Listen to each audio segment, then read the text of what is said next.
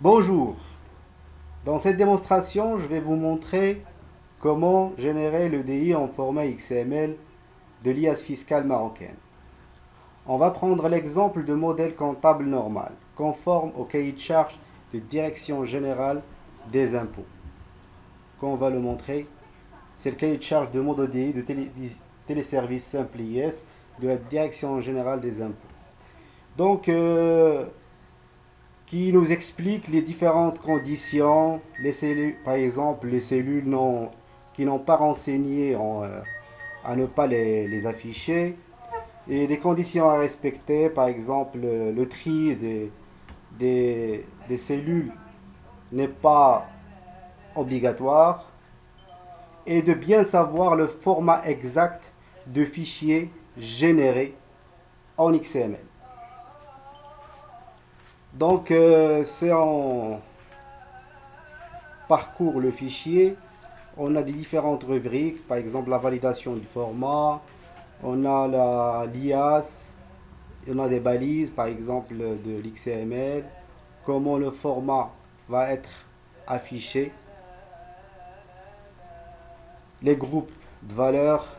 Donc, pour la génération de fichiers XML, c'est pas comme c'était fait sur TVA et l'état d'hier, l'état annuel des salariés. Donc, le format de fichier UDI est différent de celle de TVA d'hier, car on trouve une codification des cellules de bilan.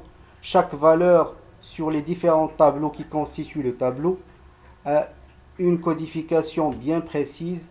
Exemple que je vais vous illustrer parle de ces codifications. Prenons l'exemple de biens actifs. Par exemple, si on prend ça, le bilan pour l'actif, il est codifié par des codes. Par exemple, l'immobilisation en non-valeur, il faut qu'on doit affecter la valeur au code 499, 17 plutôt, et ainsi de suite, avec une codification bien précise. Donc pour le bilan actif, vous voyez ici le détail.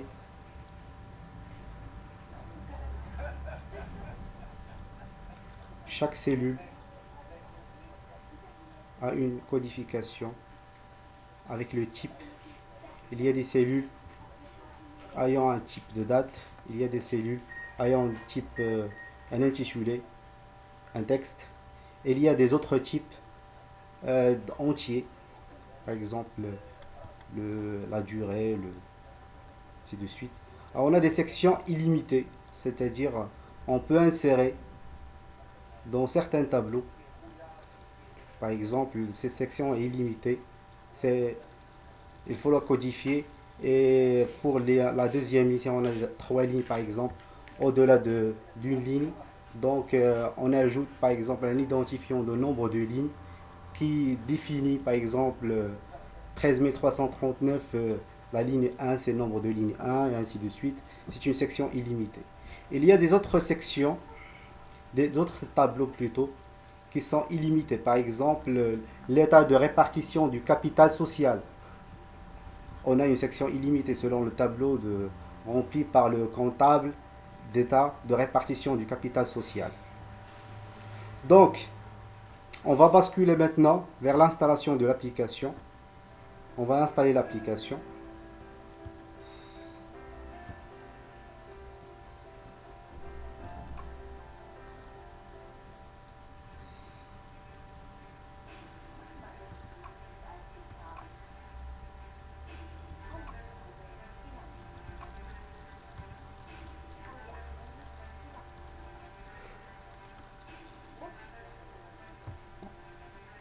Install now.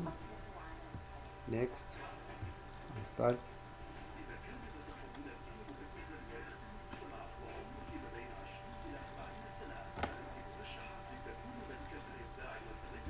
Donc, on va se référer sur un exemple. On trouve ici le balance. un modèle en Excel qu'on va se référer pour notre application pour créer le fichier XML. Donc on voit ici c'est le page de garde qu'on peut récupérer certaines informations. La balance. Balance, c'est-à-dire il est dynamique, il n'est pas statique. Donc pour chaque compte, il se met dans, la cellule qui lui correspond dans les autres tableaux. Donc on a ici le bilan actif. Moi j'ai mis les valeurs des codes, la codification qu'on a déjà parlé. C'est la codification qui a été c'est-à-dire exigée par l'État, par la Direction générale des impôts. Donc ici j'ai mis pour chaque cellule leur code qui lui correspond. Comme vous voyez ici, dans le bilan actif, bilan passif, on a ici le CPC. On trouve ici passage du résultat net comptable au résultat net fiscal. Donc et ainsi de suite. On a l'ensemble des tableaux. On a mis des valeurs pour tester. C'est notre application s'appuie sur la valeur, s'appuie sur les codifications correctement. Donc ici on a rempli par exemple le tableau illimité de l'état de dotation amortissement relatif aux immobilisations, tableau 16. On l'a rempli avec des différentes données. Donc pour le faire, je crois qu'on a déjà installé. Donc on va démarrer notre application. Donc comme vous voyez ici, on a ajouté une option de l'IS fiscal sur notre application. Fichier, l'IS fiscal, importer l'IS fiscal. Donc je vais se positionner sur le fichier que je vais vous montrer tout à l'heure. C'est l'IS fiscal, donc c'est démo, je crois c'est démo extra par exemple. C'est l'IS fiscal démo. Donc ouvrir. Maintenant il fait la chargement de fichiers pour les afficher sur l'application et vérifier les cellules avec leur code. Donc il y a des sections illimitées par exemple dans certains tableaux. Au sein du tableau, donc il va décaler le positionnement des sous-tableaux qui se pointent au-dessus de cette section illimitée. Donc maintenant on va basculer vers l'exemple que j'ai créé pour faire une démonstration en respectant la codification de cellules. Et pour cela j'ai créé un bilan de test où j'ai saisi les codes qui correspondent à chaque cellule. Selon la codification donc, que je vais montrer, que je vous ai montré. Donc si on prend l'exemple de bilan actif, il est fixe. Donc il n'y a pas de section limitée. Dans CPC, sur CPC, on a différentes choses. C'est qu'on a au sein de ces sous-tableaux des sections illimitées, donc, car il faut décaler les cellules au-dessus de ces sections illimitées. Et dans le tableau 16, qu'on a un tableau illimité, donc on peut saisir autant de lignes qu'on veut. Si par exemple on se pointe ici, donc ça c'est tableau 16, comme il est figuré sur notre application. On a tous les tableaux ici, ils sont déjà figurés.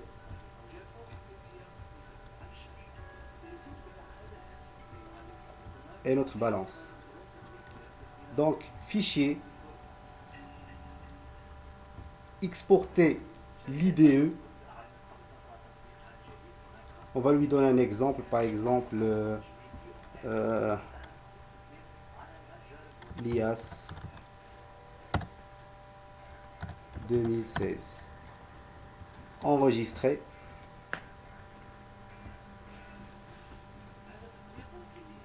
Donc, si on aille sur la partition C, on trouve l'IAS 2016. On l'ouvre. Donc,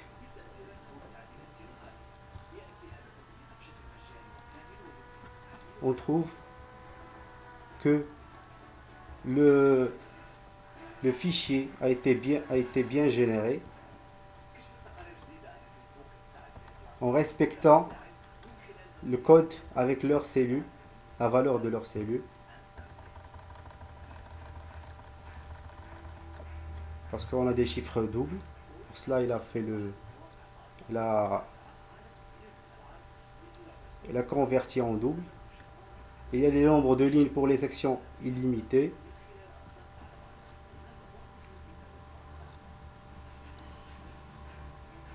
Et si on trouve les valeurs de, par exemple, de tableau 16, c'est tableau des immobilisations, comme je vous ai montré dans l'exemple.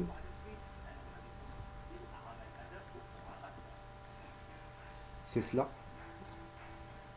Ce tableau-là, on le trouve qu'il a affiché dans, avec le nombre de lignes, par exemple, 73. Et ainsi de suite. Ici, si on, par exemple, dans gestion de stock, si on a saisi dans dernier tableau de l'IAS fiscal,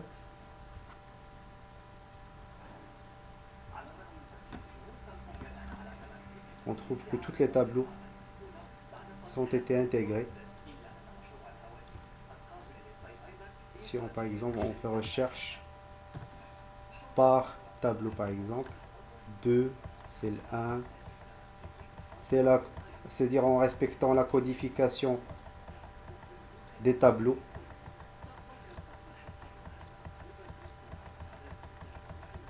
Comme il est défini dans notre cahier de charge.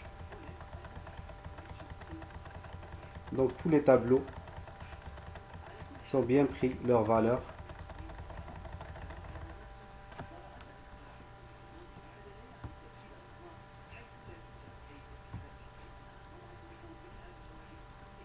Donc je ne l'ai pas enregistré. Donc maintenant, on va tester sur un bilan concret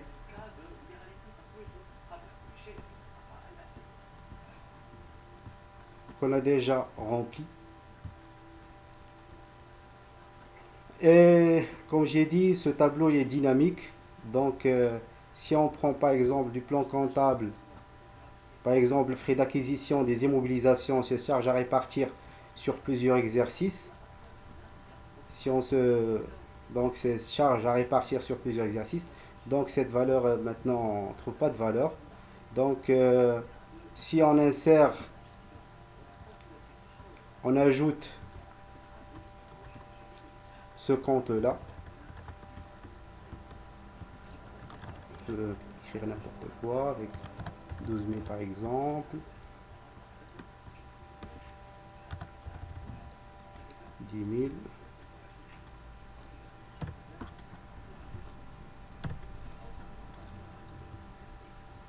On trouve que la valeur a été bien insérée dans, dans le bilan actif et c'est généré pour tous les tableaux, sauf les tableaux à remplir manuellement.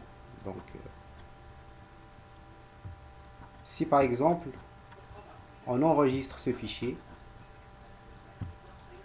pour prendre en considération la valeur insérée, donc on va mettre fichier, IAS fiscal, importer l'IAS fiscal,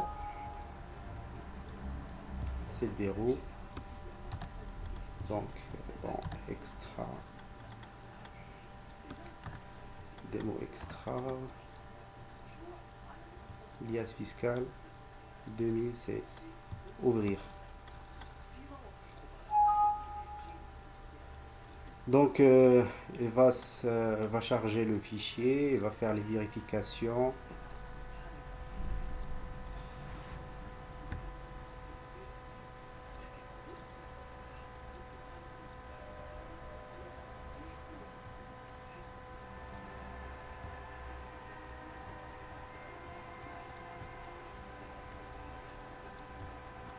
Donc il a pris en considération la valeur qu'on a déjà insérée sur la balance. Donc maintenant on va exporter l'IDE. Donc on va lui donner l'IAS fiscal 2016 et on va l'enregistrer sur C. Donc le fichier IS il est bien, donc si on fait sur C, si on ouvre le fichier, on trouve bien que les valeurs sont été bien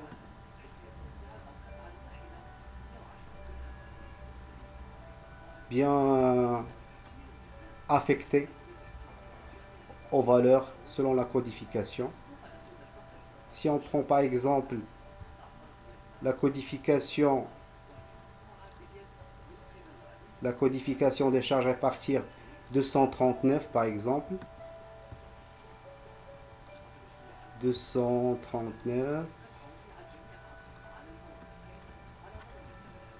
donc c'est 10 000 dirhams, c'est la valeur qu'on a déjà renseignée sur le compte, qu'on a déjà saisi sur la balance.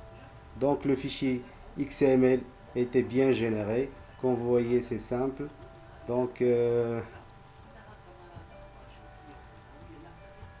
la fin de cette démonstration et à bientôt.